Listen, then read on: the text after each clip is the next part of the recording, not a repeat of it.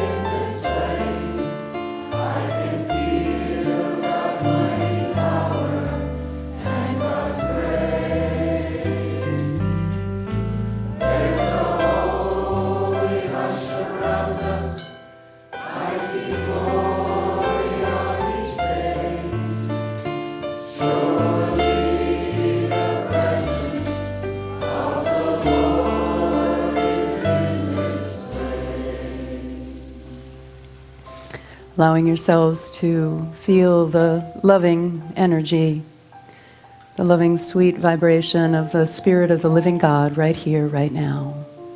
Just breathe that in for a moment. We know and affirm that wherever two or more are gathered in the name of the Most High God, that God is there with and among and as us, and we're grateful. Some of you might have come here this morning with something on your heart, a worry, a care, a concern, an upset, some stress that you brought with you. Let's just let that all go. Allow yourselves to be here fully present, awake, aware, with your heart and mind open to receive the message through music and fellowship, through the message of God speaking right to your heart today. And all you have to do is joyfully step forth and say, yes, God, I am ready. I am ready to receive all of the goodness of this service, all of the goodness of this day. In fact, I am ready to receive all of the goodness that life has to offer. So let's open our hearts and minds for that, more and more of that good thing. And so it is. Amen.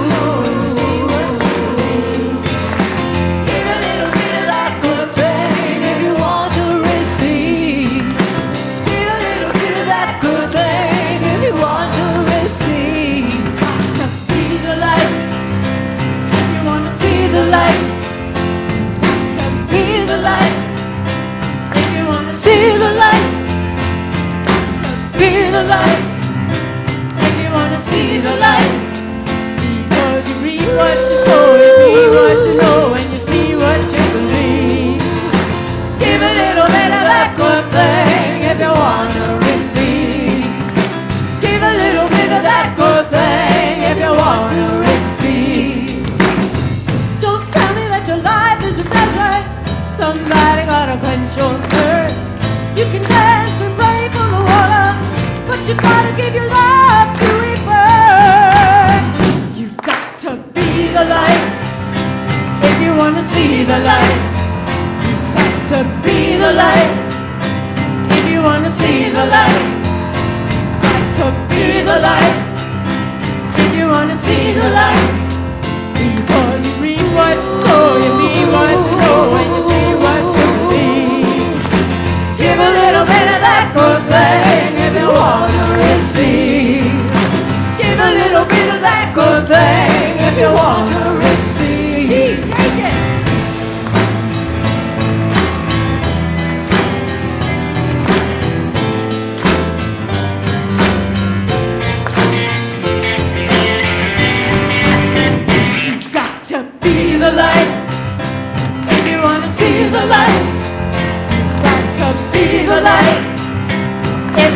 see the light. You've got to be the light. If you want to see the light.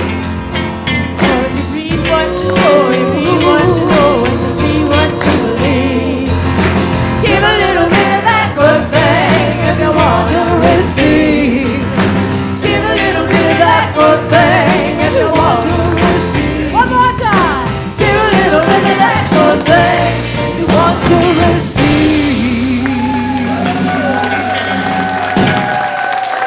Patti's in the house.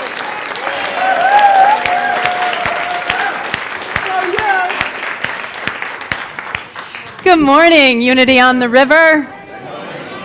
So lovely to see you. That was a great way to wake up this morning. We are all here, open, receptive to more of the good things, more of the goodness of life.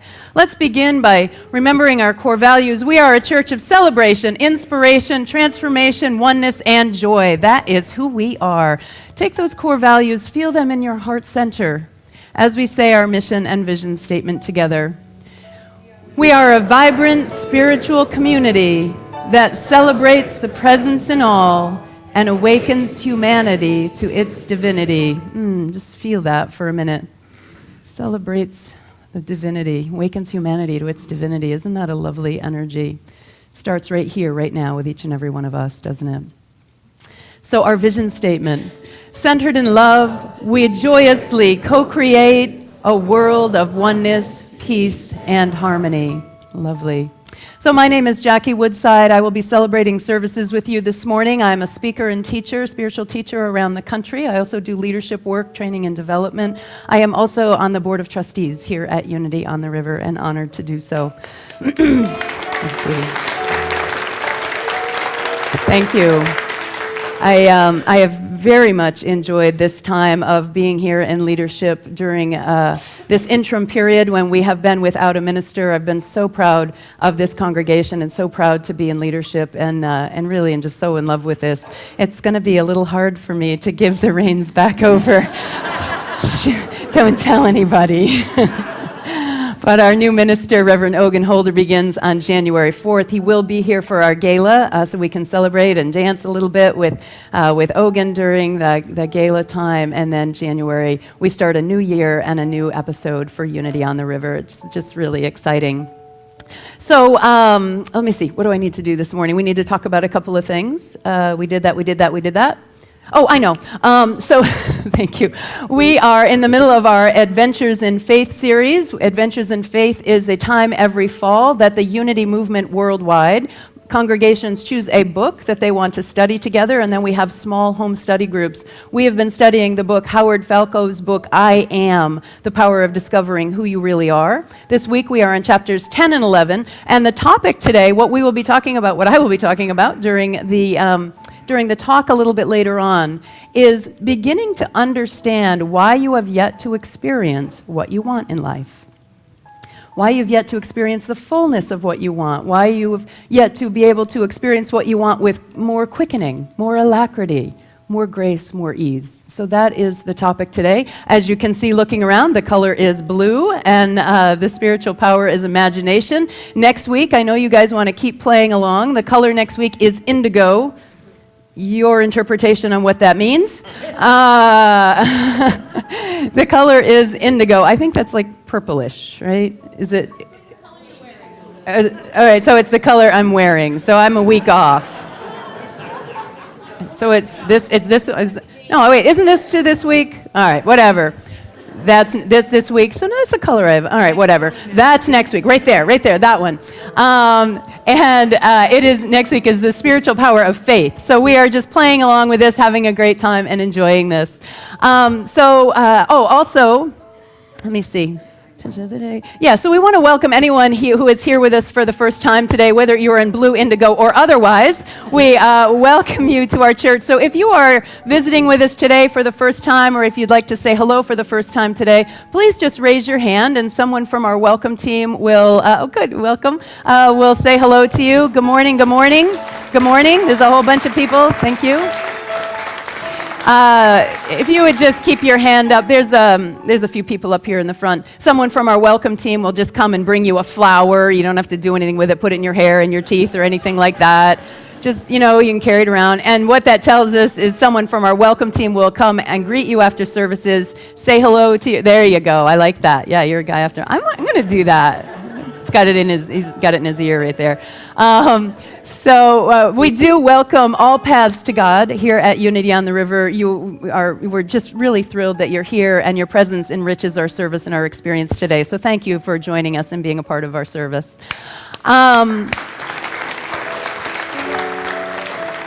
And what you may or may not know is we also live stream all of our services on Sunday morning. So we want to say good morning to our live streamers who are out there in streaming land.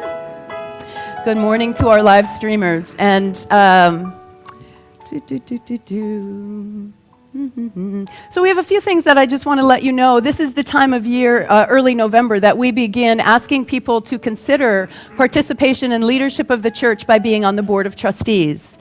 So if that's something that you're interested in, the qualifications are in your bulletin, your church bulletin, that you can read the qualifications and what is required to be on the board of trustees. And if you are called to leadership in that way, if other board members, would you just raise your hands, please? So you can see any one of these people around. I'm also on the board. You can talk with me. And if you feel called to leadership in that way, I invite you to email Diane at Unity on the River for an application, or see someone on the board, or Carol Walrazak, also you can see after services today. I can't say enough about how much I love being on the board of trustees here at this church. As many of you know, I've been on the board 8 of the last 10 years, and I can put on my resume, I've been a volunteer so long that I forgot I was a volunteer. But it really is a wonderful way to be in service. So any of you who might want to do that, I invite you to see me or see any of the other board members. This afternoon, this topic of why you've yet to experience the reality you desire is a huge topic. And I'm also a spiritual teacher and a professional coach. And I have a lot of opinions about what you should all do about that. So I wanted to take the opportunity today to take the concepts of today's talk and go deeper and broader with it. So today I'm going to be talking about 2 or 3 different things that we do that get in the way from preventing us from experiencing our good. In the workshop this afternoon from about 12:15 to 2:15, it says 12 to 2. We'll do our best to get there for 12. It's usually around 12:15, depending on when we finish. So 12 to 2-ish. What I'm going to go into are actually 20 different things that we do energetically in consciousness and thought that prevent us or that slow down the time of manifestation. I'm going to go into what the manifestation process is, what desire is, and how you can actually move forward manifesting your desires as your spiritual practice. It's my personal favorite thing to do. So that is from 12 to 2 today. It is in the front room called the Transformation Room, to the left of the lobby area right there, the Transformation Room. It will not be in this room because someone else needs to use this room this afternoon. So we're going to be moving into one of the classrooms over there. Okay, and Carol will help you out. Amy Joslin is in the back. Seth will help you out finding that room. So just feel free to see any of those people. One more thing I need to say as we move into our service this morning. Many of you already know this, but for those of you who don't, we lost a congregant last week. One of our spiritual family was taken in a car accident. His name is Bob Spaller. He is a young man with 2 teenage children. I don't know, looks to be about my age. And he's been a congregant here around this center for a very, very long time, and many of us know and are friends with Bob. So he has left the earth plane. He's freed his soul from his body. And today at 4 p.m., we will be hosting a celebration of Bob's life with his family and his friends, and of course, any of you as our spiritual community. Please be here at 4 o'clock for that today. I will also be facilitating that service today, so I'm just honored and touched and moved to be in this role with all of you as spiritual family. So for those of you who'd like to come and honor Bob, pay respects to his family, please join us at 4 p.m. All right. This is the time in our service, and perhaps an apt time in our service, that we greet one another in love. So holding Bob Spaller in our hearts today as we greet one another. In our congregation, we say, Namaste, the divine in me greets the divine in you. Or sometimes we simply say, I see you. And on behalf of Bob today, who has departed our congregation onto a better place, this morning I greet you with Namaste, I see you. Feel free to greet one another with a handshake or a hug as you're comfortable doing so.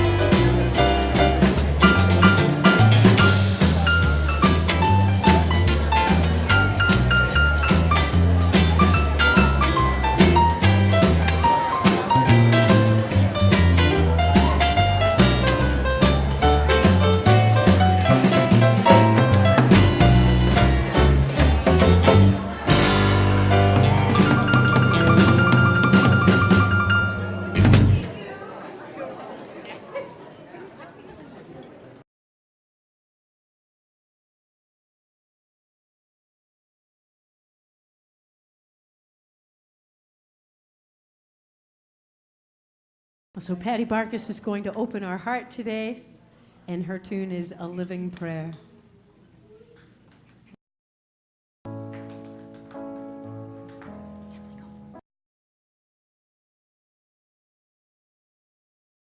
In this world,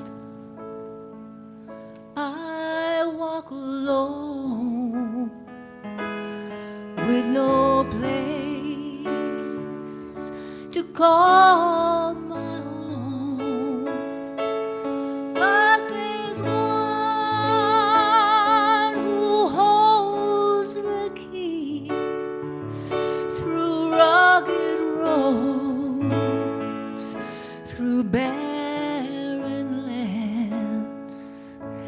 The way is dark, the road is steep, but you've become my eyes to see. The strength you climb, my grief to bear. The Spirit lives inside me there. In your love I find release, a haven from my unbelief. Take my life and let me be a living prayer, my God, to thee. In these trials of life I find another voice inside my mind. You comfort me and bids me live inside the love that Spirit gives. In your love I find release, a haven from my unbelief. Take my life and let me be a living prayer,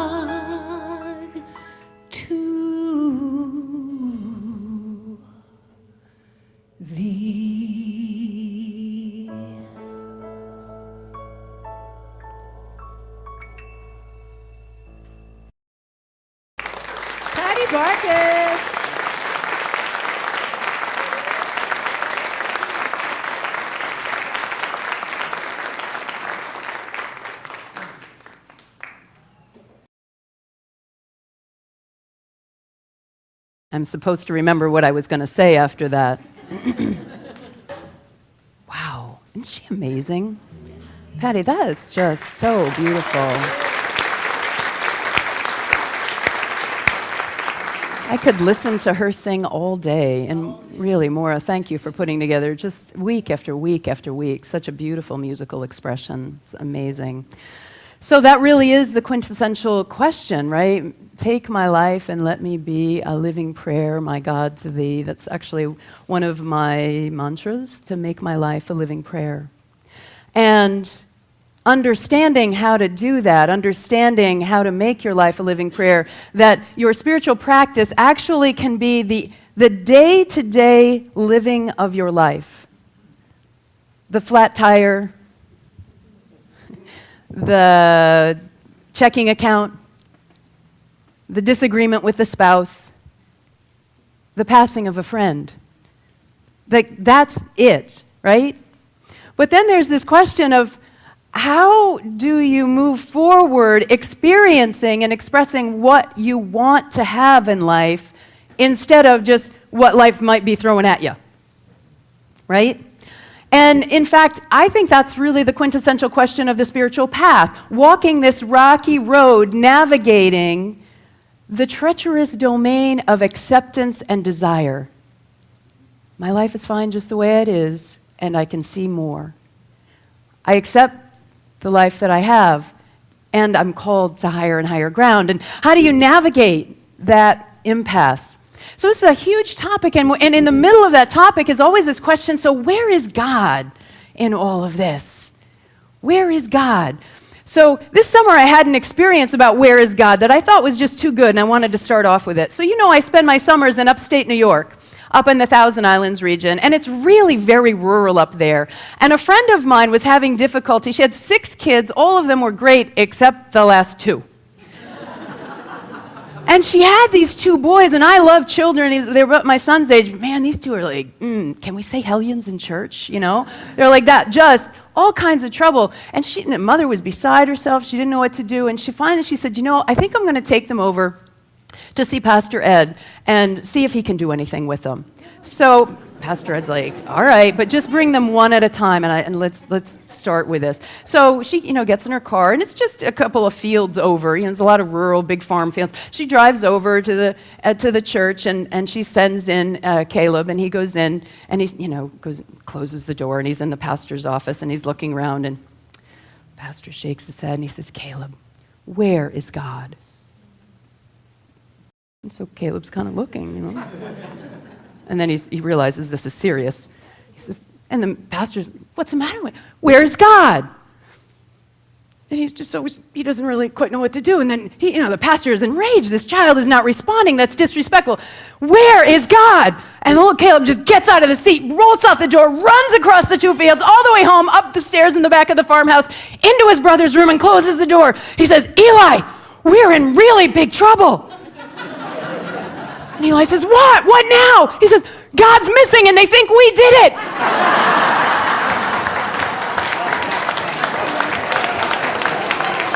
Yeah. Where is God?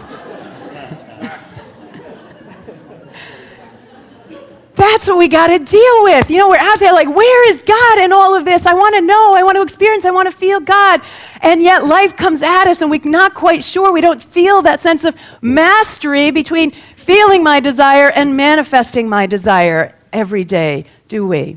And that really is the challenge that we have before us. And that's what I want us to look at today. So how do you begin understanding this? Because this whole notion of your desire, what you want to experience and express, we get a lot of mixed messages about that, don't we?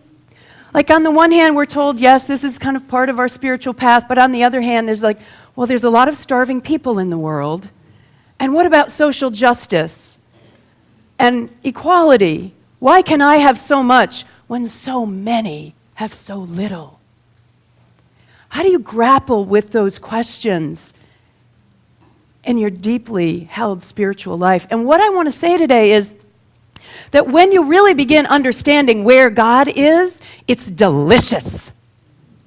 It is delicious to know that in fact, it's not only your joy and your opportunity to experience the things that you want to experience in life, to manifest your desires. That is where God is. If you want to know God more deeply, get really committed to manifesting your desires. So what is this thing of desire? Charles Fillmore, who is the co-founder of the Unity Church movement, says that desire is the onward impulse of the ever-evolving soul that carries with it its fulfillment as the necessary corollary. Isn't that interesting? So let's break that down. Desire is the onward impulse of the ever-evolving soul. So what that means is when you long for something, when you want to experience something in life, that impulse is from your soul. It is of God. Not craving for that extra piece of cake after dinner. That's craving. Desire. The desire for yourself to grow, the desire for your longings to be fulfilled, the desire to feel happy, to be expressing yourself in ways that feel good in life, to be in relationship with other people in ways that are fulfilling. That desire is the impulse from God, and it carries with it its fulfillment as the necessary corollary. Isn't that fascinating? So what that is for me in my mind when I think about that, it would be like this. If you go and buy a new car, and you're really excited about it, you really like this new car, but they won't give you the keys. Wouldn't that kind of stink? It's like there's this really powerful thing that you have now that you now own, but you can't use it. But no. The desires that you have come with it. What comes with the desire is its fulfillment as the necessary corollary. That means for what you desire, you can manifest. You are good enough, you have enough, you're smart enough, you're young enough, you're old enough, you're sexy enough. All of the things that might come into your head, because that's what happens, right? You feel the desire to manifest something, and immediately you go into this litany of what? Why not? I'm not good enough, right? It happened to me this week. It doesn't even have to be these like really big desires of I want to go out and change the world and bring world peace. It doesn't have to be that. Last week I lost my ATM card. And I wanted to find it. It's really that simple, isn't it? I lost my ATM card. What was my desire? Find it. But what did I do? What do you do when you lose your ATM card? What do you say to yourself? What's wrong with me? Why can't I keep track of things? It's going to be gone. I got to cancel everything, right? Really, that is not the necessary corollary for its fulfillment. Do you get it? Because what is that energy? It's heavy, it's dark, it's negative. Is that the creative energy of the universe? Somehow, I don't think so. So thank goodness I was working on this talk. I said, oh wait, no, I can't go down that tunnel because that's just going to move my desire from me, isn't it? The more I say I'm not that and what's wrong with me and I should know better. So I just like, oh, okay, so desire comes with it, the necessary corollary for its fulfillment. I can't wait to find my ATM card. I wonder where it's going to show up. Oh, didn't show up today. It'll be tomorrow. I'd wake up, oh, I wonder where it's going to show up today. Didn't show up. I wonder where it's going to be tomorrow. That's faith, by the way. That's what faith looks like. So after a few days go by, and I had to pick up my son after school one afternoon in Lexington, and he says, Mommy, did you find your ATM card yet? It's supposed to be me telling him to keep track of his things, not the other way around. So I said, no, honey, I haven't got. He says, I think the last time you had it was at the Indian restaurant last week. It's funny how God shows up in unexpected places. Where's God? I said, oh. And I thought, and in fact, I thought he might be right. So we had a couple hours. I said, well, let's go have Indian. Great. So we went to the Indian restaurant. Hey, Mommy, don't forget to ask. I said, well, you ask. He says, do you have an ATM card? And the guy looks at him, and he looks at me, and he says, as a matter of fact, we do. And there was my card.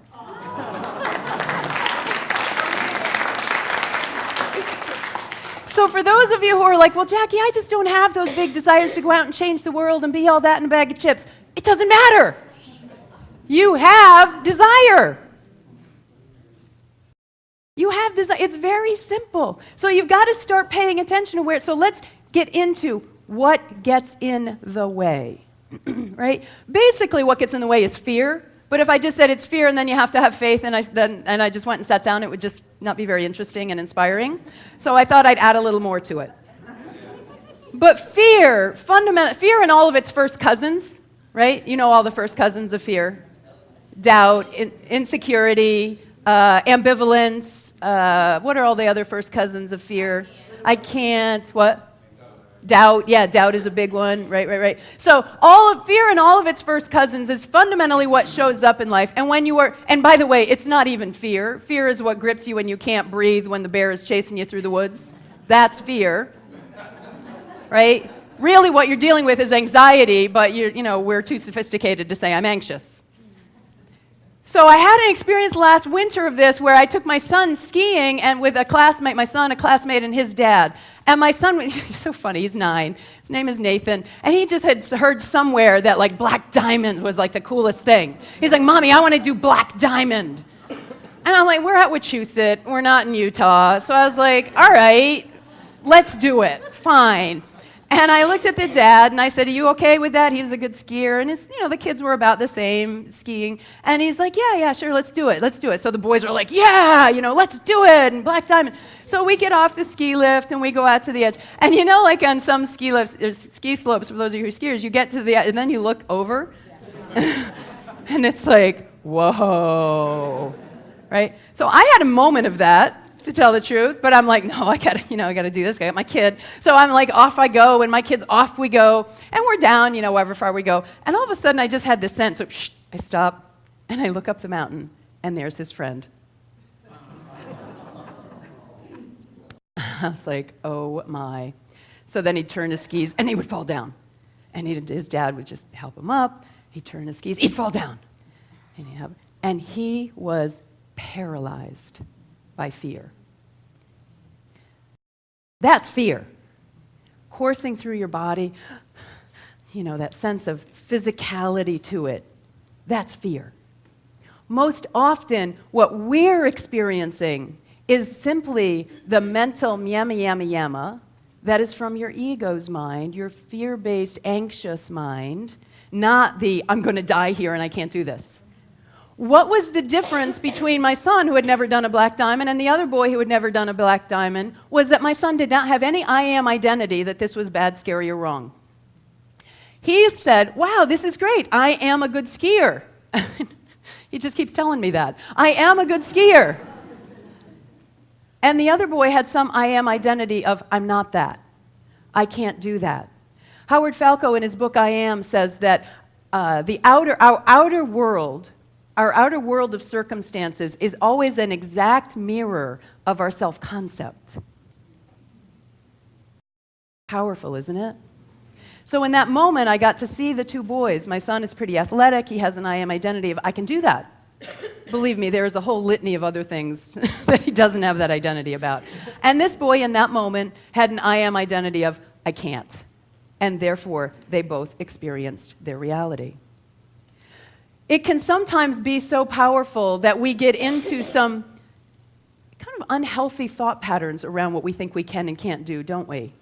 Like, I have a therapy client who is really stuck in a pretty unhealthy relationship. Anybody ever been there? No. Probably none of you. Yeah, probably not. But for your friends that have unhealthy relationships, you can tell them this part. So this client of mine, he's an insightful guy and he really wants to do better in life, but what Howard says in his book is one of the other places that we distance ourselves from the good that we want is our woulda, coulda, shoulda, shame, remorse, regret, guilt cycle, right? The woulda, coulda, shoulda. I would have done that. I should have done that. Why don't I? So I was sitting with my client, and he's just like, I know better than this. And I say, hey, what do you want? I want to have a healthy relationship. Of course you do. What's the desire that wants to express? The desire is I want to feel love. I want to be in a good relationship where it's supportive and fun and camaraderie and enjoyment, right? That's the desire. That's the wish. That's what I want to experience. What gets in the way? All of the unhealthy ways of being in relationship with the woulda, coulda, shoulda. So they get into these fights, and then they break up, and then they get back together, and they get in this shame, regret, guilt, remorse cycle. And it can be endless, can it? In fact, if it goes far enough, it goes beyond just shame, regret, and remorse, and just becomes pure delusion. So Howard says in his book, I Am, that one of the other things that keeps us from experiencing our good is the whole cycle of denial and delusion. Denial and self-delusion. Believing something about yourself that is just blatantly not true. None of you do that. Yeah, never. Right, good. So I had an experience of this going way, way back into my 20s that I was so in denial and in delusion about what was going on in my life that in many ways it could have very much cost me my life. In my early 20s, I was in a battering relationship. I was a survivor of domestic violence. And it is remarkable to me when I look back on that now, thinking about all of the delusion that I believed, that all of the denial that was informing my day-to-day existence. Things like, it's not that bad. Well, really, we get along fine most of the time. I think it's going to get better. But in fact, in reality, the spiral, for those of you who know domestic violence and understand that, the spiral intensifies where the times between when it's going well get shorter and the intensity of the violence gets more strong. So I was at work one day. I was working in Watertown, Mass. At Perkins School for the Blind. I was working in the deaf-blind unit. And you know those old buildings, Perkins is an old institution. You know those old buildings that they have marble steps on them? And it was winter time. So I had just come in the building and I was going down the stairs into a meeting and my foot hit one of those marble steps and I went boom, boom, boom, boom, boom, down about 4 or 5 stairs, those hard marble stairs. And at a school for the blind and I'm the one who's going, wiping out down the stairs. Humbling, isn't it? Yeah. So, I got myself, I was a little embarrassed, I kind of got myself together and I went into the meeting and the meeting was just about to start and a couple of my colleagues looked over at me and they're like, are you okay? I was like, well, I just kind of took a header, I fell down a few stairs and I'm feeling it a little bit. And they're like, no, this meeting isn't that important. Go get checked out. You better go to the doctors. So I was like, all right. So I went to one of those doc-in-the-box places, the walk-in clinic, because I didn't know, where am I going to go? So I just go to a little doc-in-the-box place, and they call me in. And I went in, and the doctor was very nice, and he checked me out and everything. And he said, go ahead and get dressed, and when you get dressed, my office is right across the hall. Please come in. And I thought that was a little weird, because usually they're just processing people out pretty quickly. But I was like, all right, fine, whatever. So I got dressed, and I went in, and it was this big office for a little doc-in-the-box place, and this huge maple desk, and he's sitting behind it. And I sat down in the chair, kind of like that little boy at the beginning. And I said, like, yes. And he looks up at me in this kind of saddened, resigned look, and he said to me, I don't know who's doing this to you, but I want you to know you don't have to live this way. And I was floored, because I had really, no kidding, I didn't make that part up, I really had just fallen downstairs. And my back hurt, and that's all I was thinking. And so I had this stunned look on my face, and I said, no, really, I just fell downstairs. And he just shook his head, and he looked down at his hands, kind of resigned, but then picked his head up in a more affirmative way, and he said, I have a daughter about your age. And if someone was doing to her what I know someone is doing to you, I would want someone to intervene. So I'm going to write you a note to take a few days off work, and what I want you to do is do whatever it takes to get yourself out of there. And I took the note, and I thanked him, and I left. And I thought, wow. So I did, in fact, take a few days, get my stuff together, I drove to my parents' home. I was in my early 20s, so I drove to upstate New York. And I got home, and my mother took one look at me. She's like, "What is wrong with you?" In fact, I was weighing about 135, 130 at the time. I weighed 105 pounds. I had, apparently to a trained eye, bruises throughout my body that I just literally did not see. And the point of this story is that God will always give you what you need to break through your delusion and your denial if you are willing to step from delusion into faith. I promise, I never saw that man again in my life. And he literally, in many ways, he could have saved my life. I'd been knocked unconscious more than one time. And, I wasn't walking around, with cuts and scrapes and bruises and all of that. I was working in a professional level job and, going about my day. But there was something that he saw that spoke so deeply to him that he intervened. That, to me, is God. So breaking through the delusion and the denial of what's really happening in your life only requires that you are willing, in just for an instant, to make that one step from fear, delusion, denial, to faith. So as I said at the beginning of this, really all that it ever is, how you begin experiencing what you want, is you shift from all of the delusional fears that you have into moving forward with faith in God. What does Scripture tell us? Mark 9:23 says, "All things are possible for him who believes." All things are possible for him who believes. But what do you believe? In that moment of me living months after months after months in a battering relationship, I believed I'm not worthy. I believe this is part of how I'm going to live. I believe that, this was just the way it was going to be for me in my life. That was my I am identity. Until the moment in time, like they say, in a twinkling of an eye, you will be changed. Someone said something to me. I woke up in the grace of God and had a different experience. I have the most phenomenal marriage of anyone I know. Yes, I do. Yes, I do. I'm the most happily married person that I know, is what I often say about myself. But what that required is making that shift. So all things are possible, that you can go from being battered to being the most happily married person that you know, right? All things are possible. Then in Matthew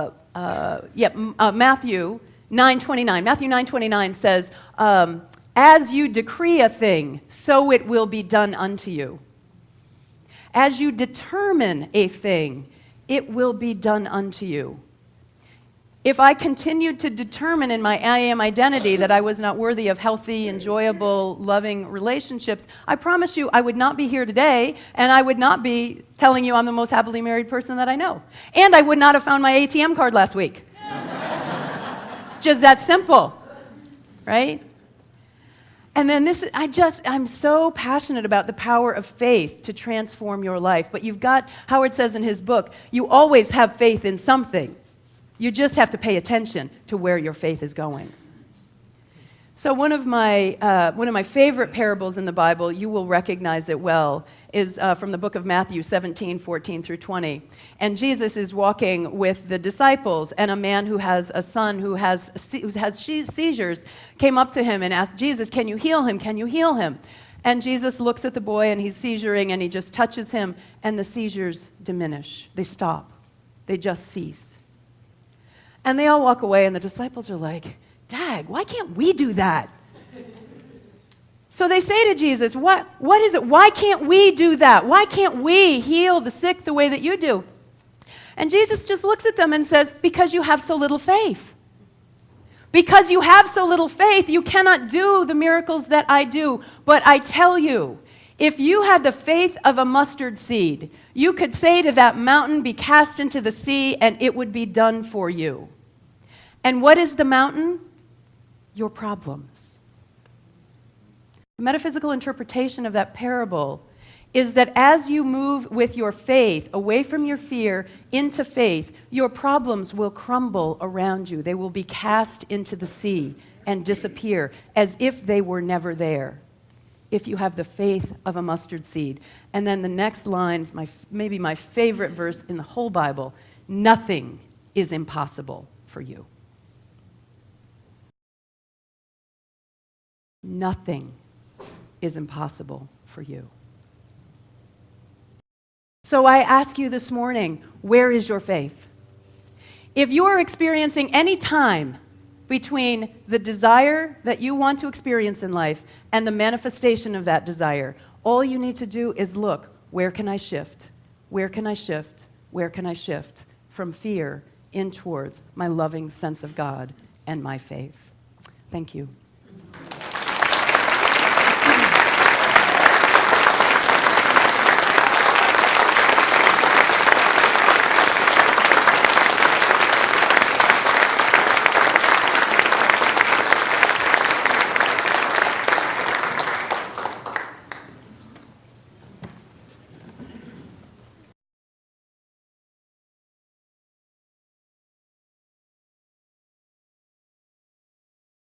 Thank you for that acknowledgement. I appreciate that. I was talking to my spouse last night about my talk, and I was talking about the Nathan story, and she just looked at me and said, "Are you ever going to tell stories about yourself? You've had a pretty powerful life, you know."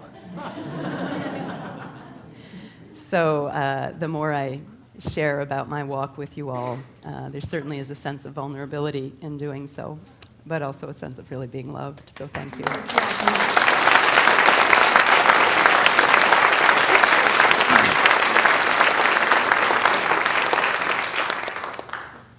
Maura and Patti will lead us into some time of silent reflection on our faith and that all things are possible for us.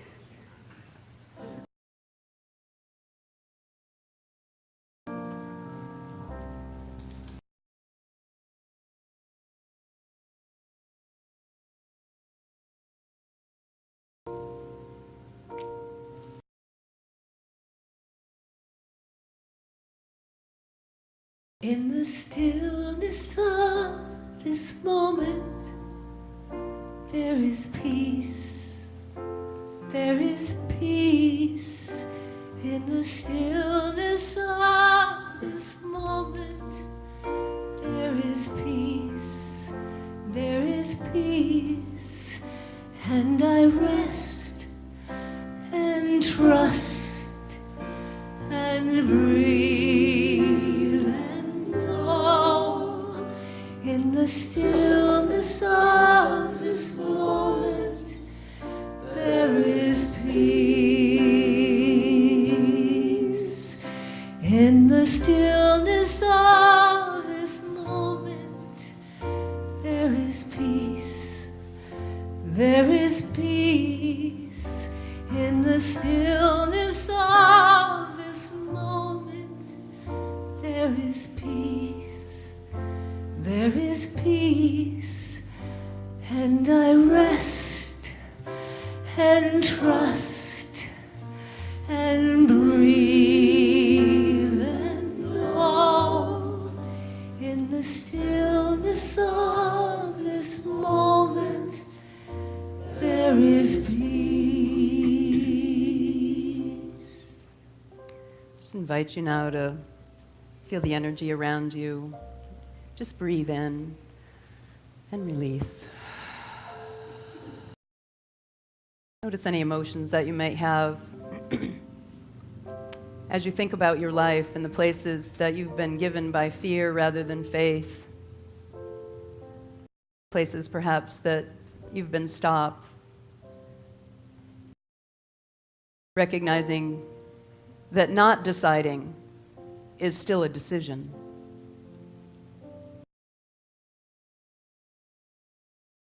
I invite you in this moment to call to mind an area of your life that you're looking to expand, but that you know, in fact, you've been stopped by your own anxious mind, the what ifs, the I am identity that doesn't support what you want to experience and express. And recognizing that what you want to experience and express is from your soul. It is the onward impulse of God expressing on earth as you, as me. And with that desire for greater growth and expansion comes the necessary corollary for its fulfillment. The necessary corollary is simply faith. God will always provide what you need. Doesn't mean that it always comes easily, without challenge, without new learning, but that's what growth is all about. That's what we're here for as human beings, to grow in consciousness back to the divinity from which we came. So I invite you now to explore these areas where God wants to express as you. Explore what your I am identity is and has been. That has prevented you from taking the actions that you long to take, making the changes that you long to make. And simply, gently affirm to yourself, I have faith. In this moment, right now, I have faith. The stillness of this moment is all that we ever have. May you enjoy exploring your faith as we sit in the stillness of peace.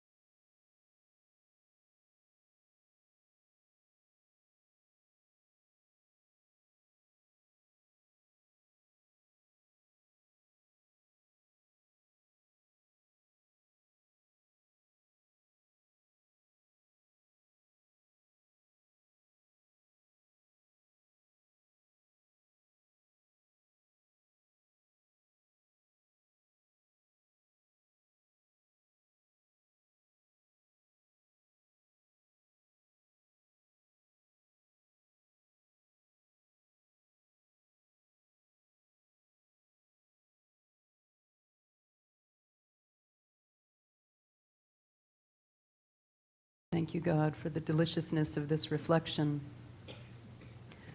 for the knowing that our lives are always unfolding exactly as they should, and that divine perfection is here and now made manifest as you, as me, and so it is.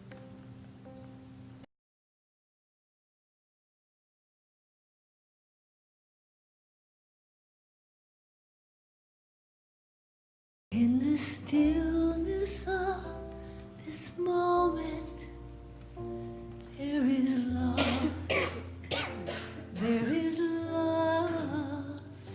In the stillness of this moment, there is love. There is love. And I rest and trust and breathe and know in the stillness of this moment there is love. In the stillness of this moment there is joy. There is joy. In the stillness of this moment, there is joy. There is joy, and I rest and trust and breathe. and know in the stillness of this moment there is joy. In the stillness of this moment there is peace. There is peace.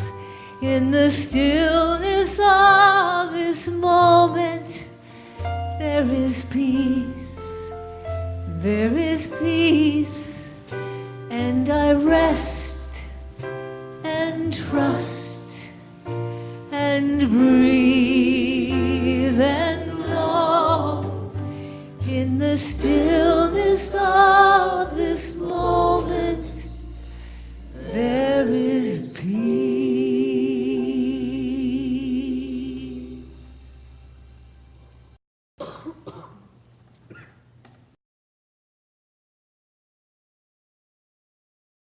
Receive the prayers of this prayer box, knowing that no prayer is ever returned void. We receive these thoughts, these requests, these needs, knowing that all is fulfilled in the mind of God.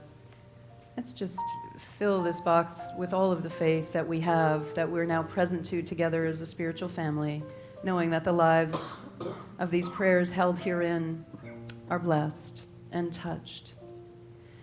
And I know that you each have people in your lives, circumstances in your lives that we can also gently share this energy with, bring into this energetic vortex of love and peace and Christ's Spirit. So I invite you to say the names together out loud of those you'd like to bless in this now moment. Sweet Spirit, we ask your blessings upon the Spaller family and all that they are going through in this time of loss and transition.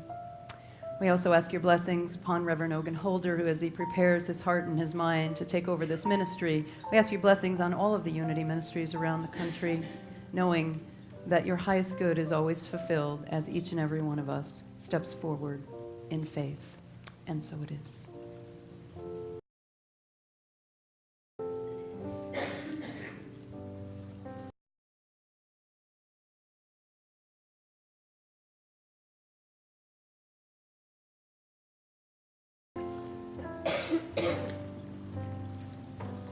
In the stillness of this moment, there is peace. There is peace. In the stillness of this moment, there is peace. There is peace. And I rest and trust and breathe and know in the stillness of this moment there is peace.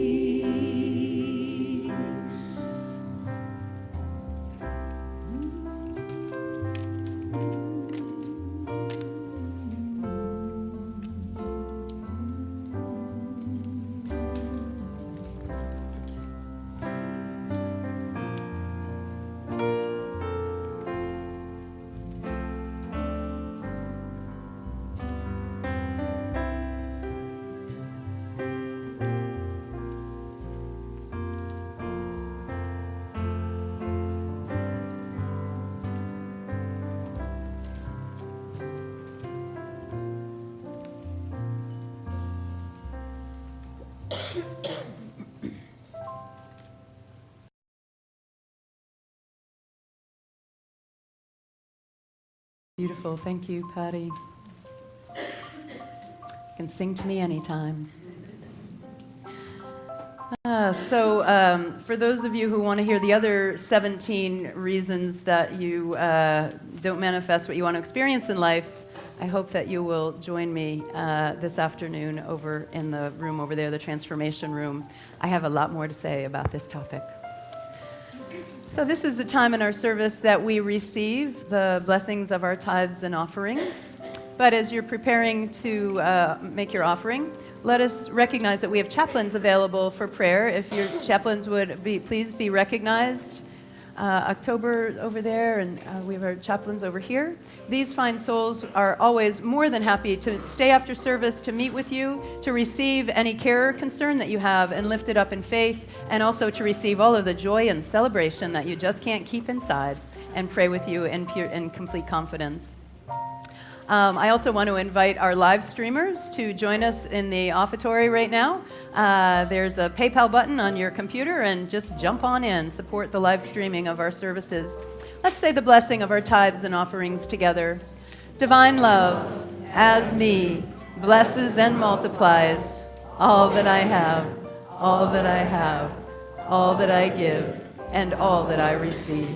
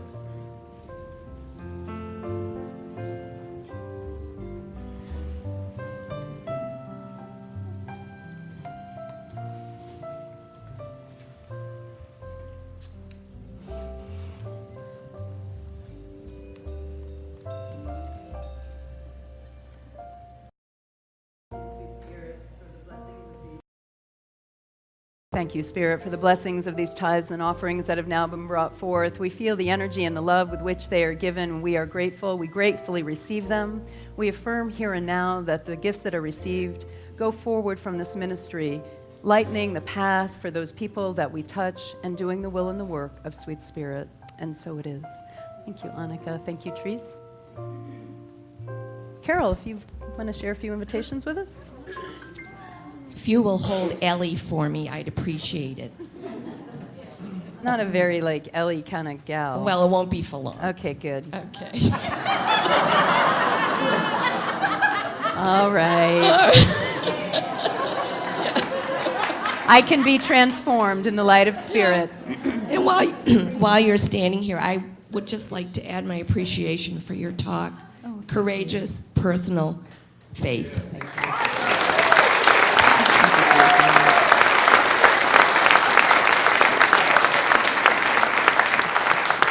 We'll talk about Ellie in a minute. But I wanted to just remind you that Michael Murdad will be in the house. He'll pack the house next Sunday. We hope you'll all be here.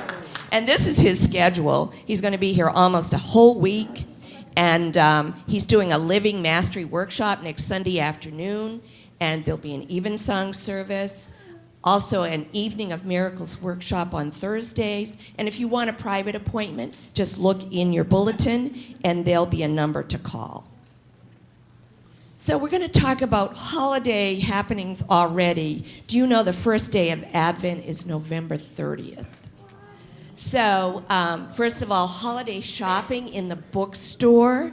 Right now, we're looking for 3 artists, photographers, craftspeople to sell their wares every Sunday, and it will be $25 a table. And just see Elaine Falvey, she's over here in the choir, if you'd like to do that. Next slide. Okay, teddy bear collection. I didn't buy a teddy bear. I bought Ellie the elephant instead. And, and Ellie says hi. Just a reminder that this is going to start November 23rd. It's a tradition. So you just bring in your teddy bear or other stuffed animal. Could be used, but it needs to be in really good shape. And Youth and Family is taking the animals to the Amesbury Nursing Home. Brian Dozer usually goes along and sings carols with the kids, and it's a wonderful Sunday on the 14th. Do you want me to hold him now? Okay, thanks. All right. Good job, Jackie. Oh, yes, and other people are invited, parents and just anyone here at Unity who would like to go along and sing carols and just bring joy to all of them at the nursing home. Thanks. Thanksgiving is right around the corner. We have potluck and a service, but you know what? We have 2 turkeys. We need 1 more. We also need, I'm told, not canned gravy, but the real thing. We need lots of mashed potatoes and squash. So there's an opportunity to sign up in the bookstore, in hospitality, to tell us that you will come and that you will bring goodies with you. Also, Christmas decorating. See Seth Walrazak if you want to help out. He's over there in the back. His hand is up. I think you know him by now. Christmas decorating if you want to help. Also, the Giving Tree Project. This is usually done by Judy Wilkinson, who isn't here today, I don't believe. What it is thinking ahead to purchase gifts for children in Amesbury who may not otherwise have a Christmas. And you're going to see a tree decorated on the 30th in hospitality, and on it are bulbs, and on the back, it's not the name of the child, but the age of the child and the request that they've made. So you'll have an opportunity to pick one out and buy a gift for them. Also, I wanted to remind you, Amazon.com, if you go to unityontheriver.org, under the donate button, it says Amazon. Any purchase that you make through Amazon at no extra cost to yourself, Unity gets 2 to 4% of that. So that's great for this season and any time of year. Recycle that. It used to be Got Books. There's 2 bins as you come into the plaza. They're gray with purple. I just learned that we made $2,500 off of that bin in just 9 months, the first 3 quarters. So what we're asking is, instead of giving love offering books to the bookstore, if you could just put them in the bins. They also take clothing, purses, shoes, belts, and linens. So that would be great. And the last announcement is the Gratitude Gala. It's right around the corner, Saturday, December 6th. And, just so you know, it's from 6 to 10. We're going to start off with our buffet, which is catered by Giuseppe's. And then Maura and everybody, band and choir, whoever's singing, guest vocalists. I think they might sing a few songs in the beginning. Then we have the live auction.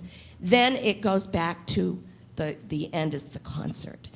So just to let you know some of the live auction items. We have a week's vacation in Vero Beach, Florida. We have a 3-day vacation at a cottage on Lovejoy Pond in Maine. We have a sledding party with Ogun.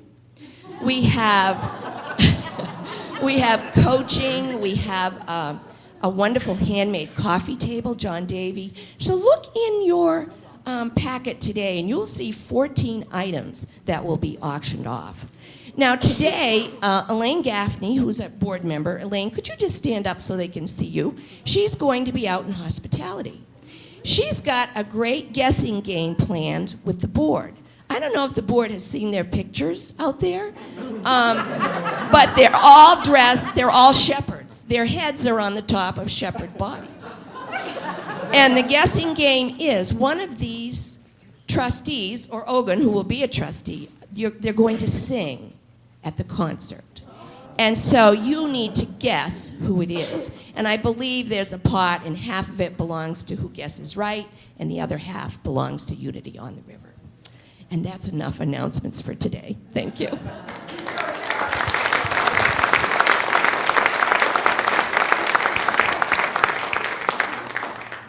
Thank you, Carol. You always do such a great job keeping us on track. We so appreciate you. Thank you.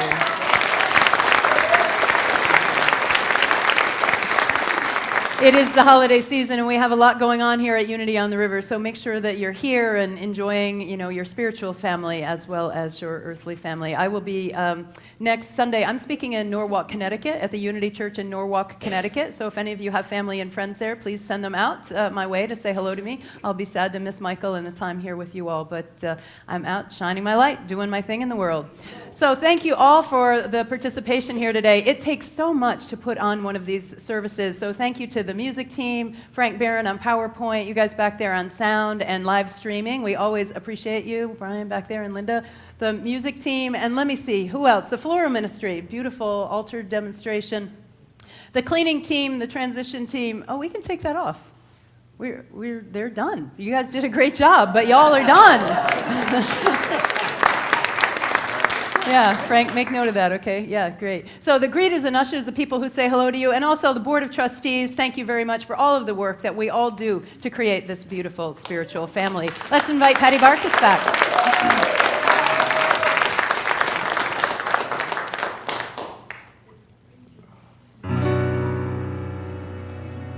There was a time in my life I thought I had to do it all by myself. I didn't know the grace of God was sufficient,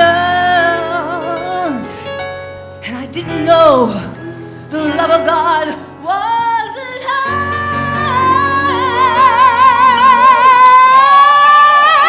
But now I know if you are discouraged,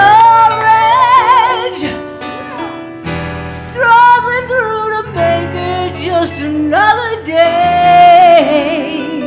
Yeah, you know how it feels? You gotta let it go, let it go, let it all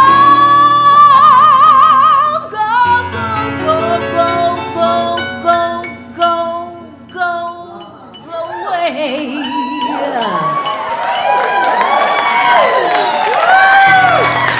And this is what I have to say. I release and I let go. I let the Spirit run my life, and my heart is open wide. Yes, I'm only here for God.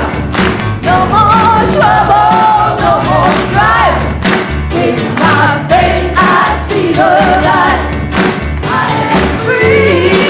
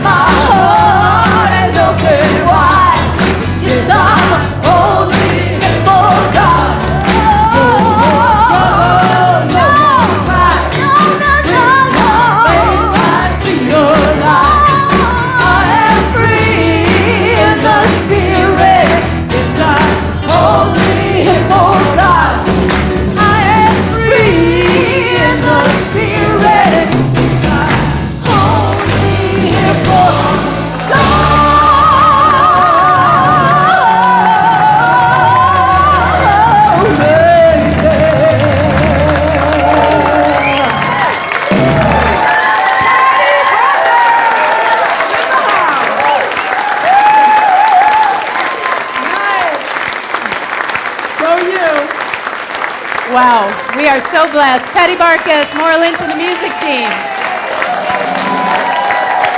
Woo!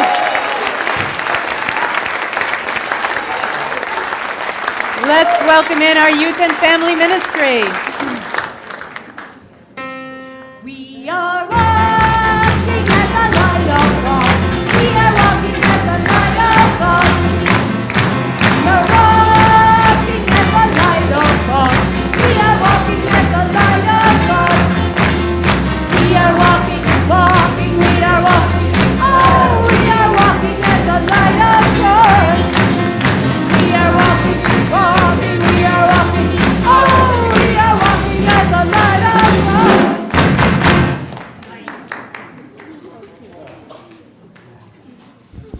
Good morning, everyone. We had a great day today. We were starting a new series of lessons in the Old Testament of the Bible, and we started with creation and learned about all the ways that God created the heaven and earth in 7 days. Had a lot of fun. And then we created with clay and had fun doing that. I have an announcement that I want to do. We are going to have a family bell ringing choir here for our pageant. And so we would like some volunteers, family members and congregants that want to join us for our family. Just one song we're going to learn for our pageant this year. So any volunteers, you want to raise your hand now?